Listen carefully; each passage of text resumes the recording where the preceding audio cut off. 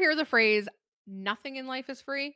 It's truer than you think. Today, I'm going to talk about why free can sometimes be the most expensive thing you encounter and how you can avoid falling into these traps. Hi, I'm Amber, today's host for the Debt Free Dad podcast, where we help everyday people like you take control of your finances to live a less stressful life. Today, I'm tackling a topic that affects almost everyone: the hidden cost of free offers. From free trials to buy one, get one deals, I'll uncover why free isn't really what it seems. Now, before I get started, I want to dive into a part of an article from moneycrashers.com. It's called The Psychology of Free and How Free Stuff Causes You to Spend. So the article states something about freebies seems to short our brain's logic circuits and sometimes leads us to make bad decisions. In his book, Predictability Irrational, behavioral economist Dan Ariely gives examples of ways that the psychology of free leads consumers to behave irrationally. In one experiment, Airily set up a temporary candy stand on a college campus. Students had the choice of buying a lint truffle, a gourmet treat that typically sells for about 50 cents, for just 15 cents, or getting a Hershey's Kiss worth 5 cents for a penny.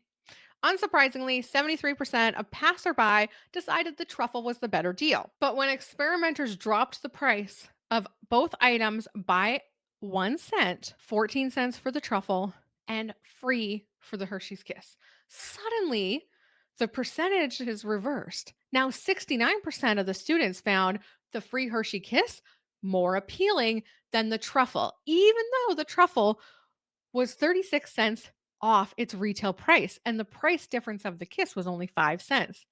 The testers repeated the experiment several times, experimenting with different prices. Each time, the availability of a free product led people to make a different decision from the choice they made when money, even a tiny amount of money, was involved. Airley and his colleagues called this the zero price effect. Now, isn't this interesting? And I'm sure I would probably be caught the same way. I'm like, woohoo, free. I just want the free thing.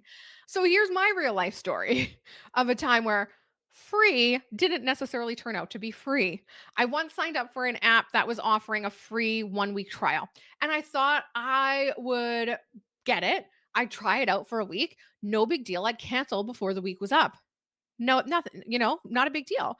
Only life happened and I got busy and I forgot about it. And then a few months later, I'm looking through my bank statements going, "Oh, what is this?" And it ended up costing me $60 before I even realized what happened.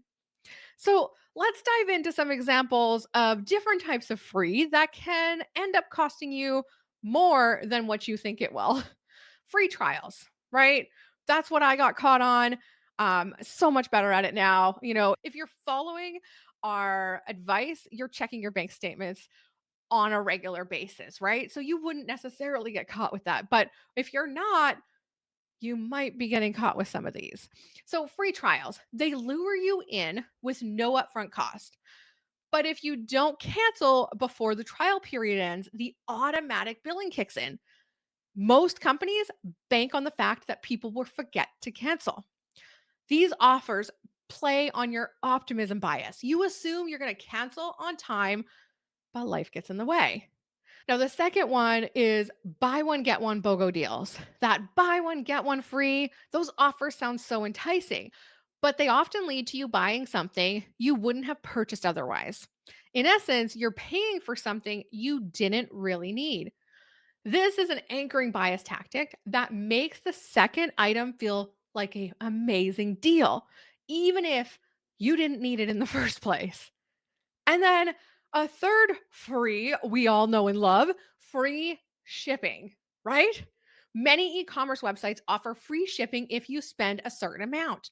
This often leads to people spending more than they had intended to just to avoid the shipping fee. And I've been the victim of this myself.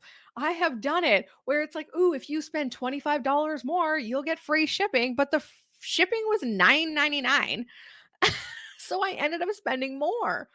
Now, the free shipping anchor here makes you feel like you're saving money, but in reality, you're spending more than necessary on things you didn't even go in there to buy. And then the fourth one is freemium service. Apps, streaming services, games often operate on a freemium model where basic features are free, but premium features come at a cost. The model is designed to hook you in with the free version and slowly encourage you to upgrade. Now, once you've invested time or energy into something, you're more likely to spend money to unlock more features. This is known as the sunk cost fallacy. So, I mean, we've all been there, right? We've all jumped in and taken advantage of free. So, I have some tips that are going to help you avoid the free pitfalls. First off, read the fine print.